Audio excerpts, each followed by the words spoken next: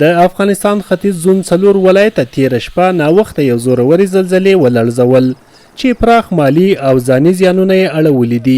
له همدې سره سم د اسلامي امارت مرکزي ویان مولوي ذبیح الله مجاهد د حکومت اطلاعات او رسنیو مرکز کې د یو رسنیز کنفرانس پر مهال ویل چې دغه پیښه کې څه باندې 800 کسان مړه او تر 2800 زیات ټپیان شوي دي. په کونړ کې په عمومي ډول باندې تر اوسه پورې د 800 شهیدانو راپور لرو.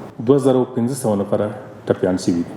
په ننګرهار ولایت کې موږ تر اوسه پورې د 1200 شهیدانو راپور لرو او د 255 نفرو ټپیانو راپور. د ولایت لغمان جزئیات طوال رسیده فقط 58 تن از زخمی داریم و هم در ولسوالی الینگار. همچنان در ولایت نورستان ولسوالی نورگرام 4 نفر زخمی شده که تا حال را گزارش داریم. در دیگر ولایت نورستان خیریتی بوده. فوری شماره کنفرانس خبری ښاغلی مجاهد دغه راز د ریاست الوزرا مقام له لوري زلزله ځپلو سره د مرستې په موخه د یوې ځانګړې کمیټې خبر ورکوي چې په وینا یې د کمیټې ته زیانمن شوو سره د لومړنیو مرستو په موخه 100 میلیونه افغانۍ په واک کې ورکړل شوي دي. د اسلامي امارت ویان په خبره د بیلابیلو وزارتونو په ګډون داوطلبه صحي ټیمونه سیمې ته رسیدلي او د ژغورنې هڅې روانې دي.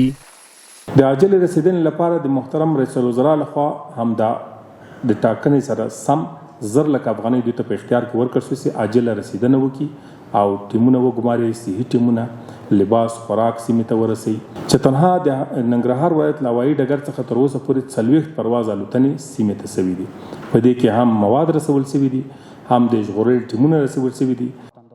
ښاغلی مجاهد په ټولو مرستندویو بنسټونو او سوداګرو غږ کوي چې زلزله ځپلو سره مرستې وکړي. له ټولو خیریه بنسټونو، تجارانو، عام افغانانو څخه هیله کېږي چې له خپلو زلزله ځپلو سره مرستې ته راودانګي. په دې برخه کې په دې سختو شرایطو کې د خپلو متضررو هیوادوالو لاسنیوی وکړي. تیره شپه ناوخته کونړ، ننګرهار، لغمان، نورستان او پنجشیر ولایتونو کې سخته زلزله وشوه چې ګڼ مالي او ځاني زیانونه یې اړولي چې تر ټولو ډیر بیا کونړ ولایت زیانمن شوی دی.